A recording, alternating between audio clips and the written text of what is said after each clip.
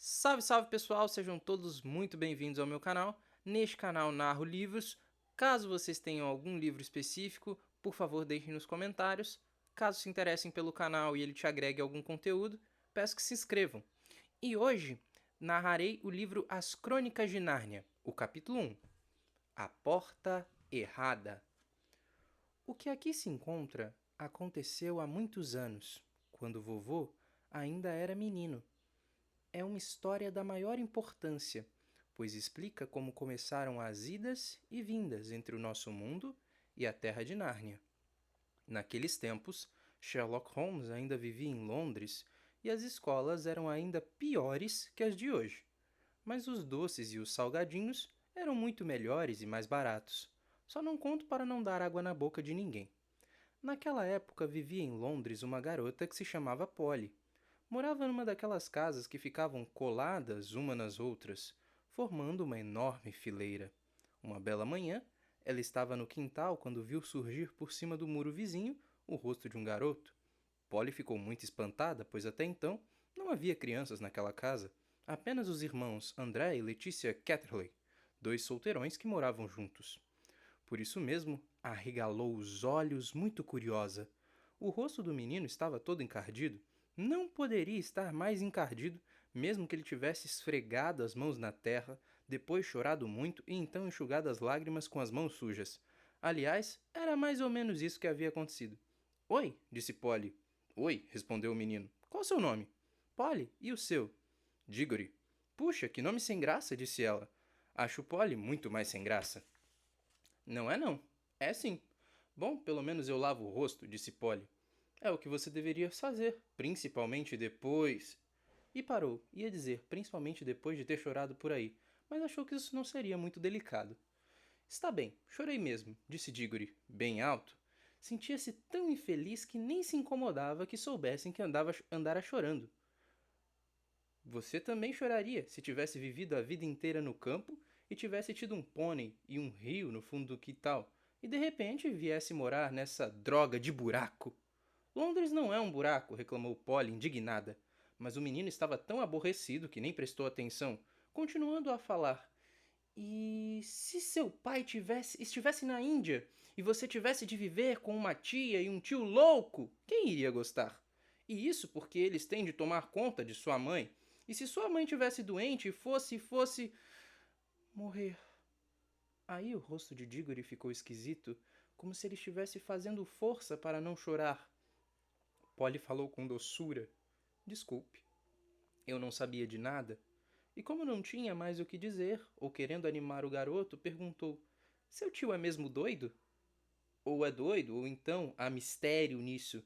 Ele tem um estúdio no último andar e tia Leta nunca me deixa ir lá.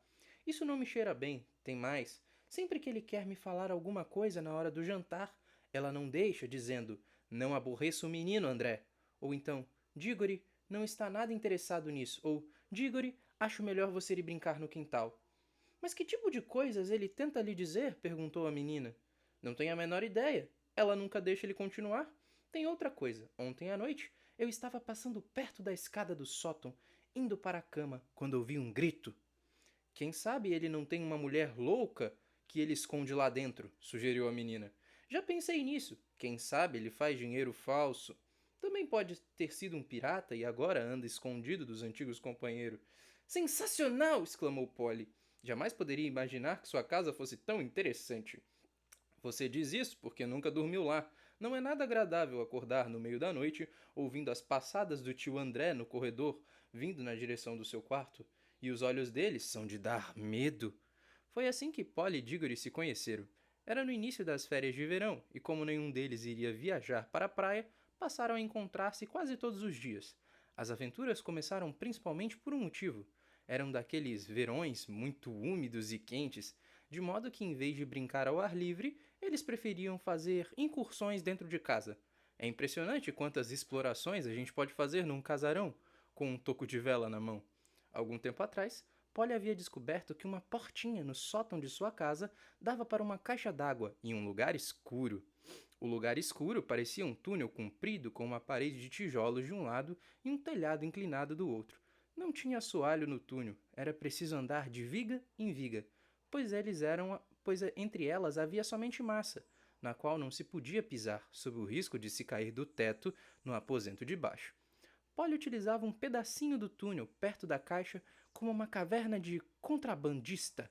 Levara para lá tábuas de caixote, assentos de cadeiras quebradas, coisas que ia espalhando entre as vigas, para fazer uma espécie de assoalho. Também guardava ali uma caixa contendo vários tesouros, uma história que andava escrevendo e maçãs. Era ali também que costumava beber tranquilamente sua garrafa de soda.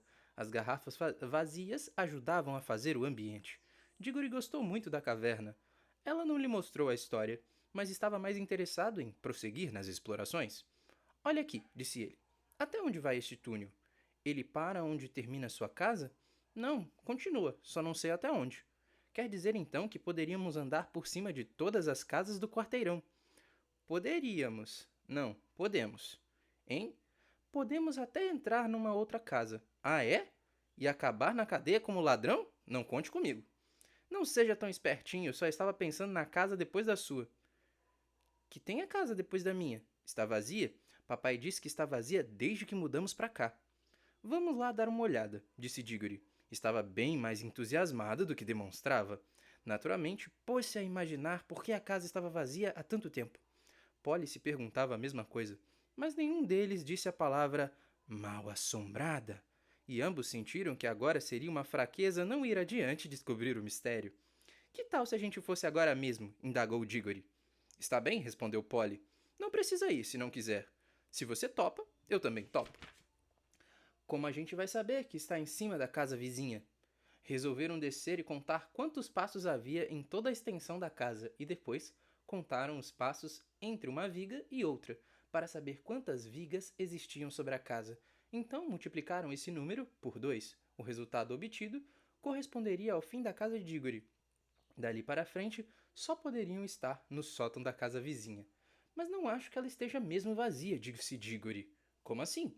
Acho que alguém mora lá, escondido, saindo e entrando tarde da noite, com uma lanterna abafada. Acho que vamos descobrir um bando de assassinos e ganhar uma recompensa. É besteira acreditar que uma casa fique vazia esse tempo todo, a não ser que exista algum mistério. Papai acha que é por causa do mau estado do encanamento, observou Polly. Encanamento? Gente grande tem mania de dar explicações sem graça, disse Diggory. Agora que conversavam à luz do dia, não parecia muito provável que a casa estivesse mal assombrada.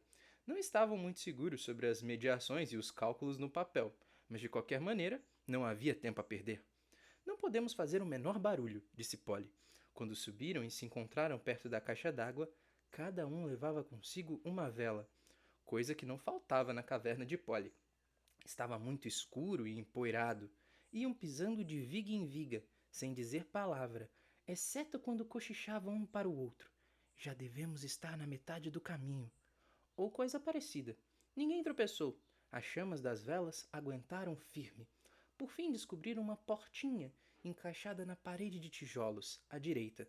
Não havia maçaneta desse lado, mas havia um pegador, como se vê às vezes na parte interna da porta de um armário. Abro? Perguntou Diggory. Se você topar, eu topo, respondeu Polly. A coisa estava começando a ficar séria, mas ninguém ia dar para trás.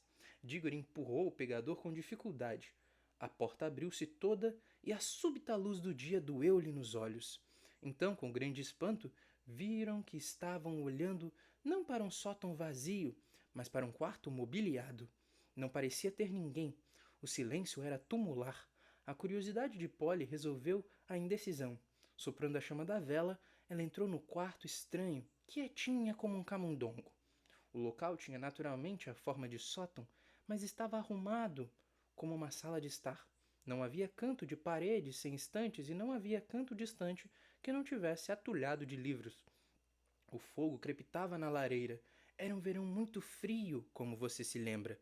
Diante do fogo estava uma poltrona alta.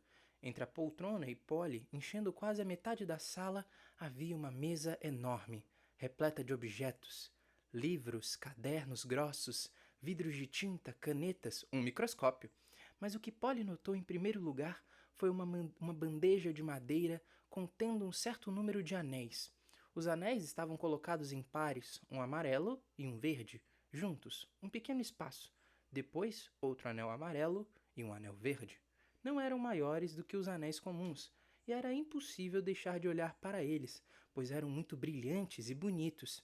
A sala estava tão quieta que se percebia logo de entrada o tic-tac do relógio, mas notava-se agora não era tão quieta assim.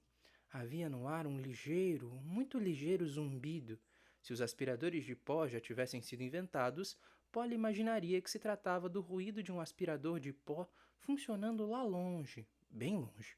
O som era mais agradável do que o de aspirador, mais musical, mas era tão leve que mal se podia ouvir. Tudo bem, disse Polly, não tem ninguém aqui. Ela passou a cochichar. Diggory também entrou, piscando o olho, sujo para valer. Piscando o olho. Sujo para valer. Polly também não estava nada limpa. Não estou gostando disso, falou Diggory. Não é uma casa vazia, coisa nenhuma. É melhor a gente cair fora antes que chegue alguém. Que é isso? Perguntou Polly, apontando para os anéis. Deixe para lá. O melhor é a gente cair. Não chegou ao fim. A poltrona da frente do fogo moveu-se de repente e dela surgiu como um diabo de comédia pulando de um alçapão a figura amedrontadora do tio André. Não estavam mesmo na casa vazia. Estavam na casa de Diggory, no estúdio proibido. Minha nossa! Exclamaram as duas crianças. Tio André era altíssimo e muito magro.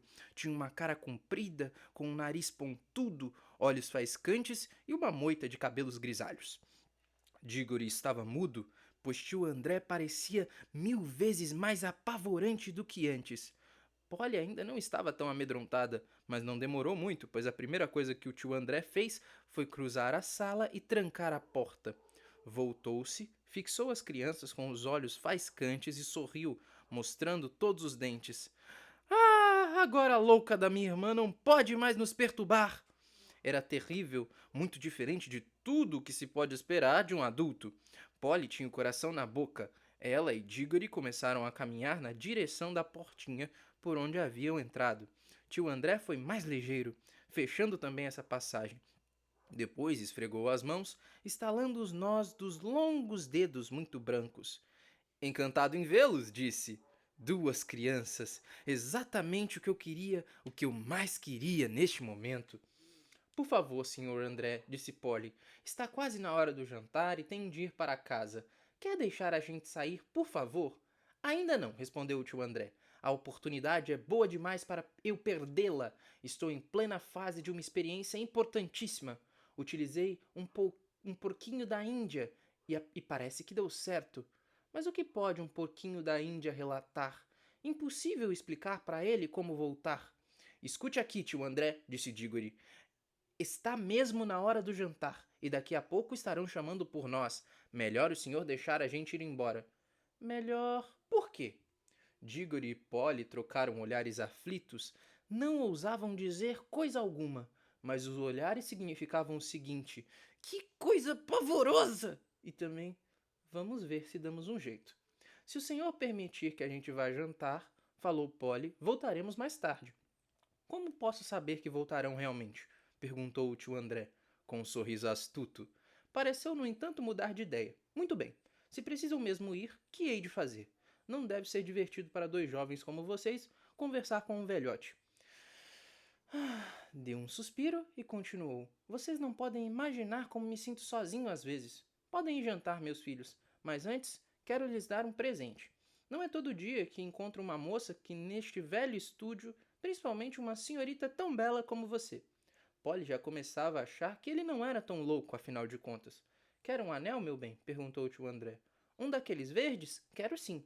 Um verde não, replicou o André. Lamento muito não poder dispor dos anéis verdes, mas terei o maior prazer em presenteá-la com um dos amarelos, de todo o coração. Experimente um. Polly já havia superado o medo e estava convencida de que o velho não era louco, e os anéis eram de fato atraentes. Caminhou para a bandeja. Estranho, o zumbido aqui é mais forte, parece que vem dos anéis. Você está imaginando coisas, cara menina, disse o velho com uma risada. Parecia uma risada comum, mas Diggory percebera uma expressão quase de gula na face do tio. Polly, não banque a idiota! Gritou ele. Não toque nos anéis. Era tarde demais. Polly já tinha pegado um anel e imediatamente, sem barulho, sem clarão, sem nenhum aviso, já não existia Polly. Diggory e o tio André estavam agora sozinhos na sala. Vejo vocês no próximo capítulo. Até lá!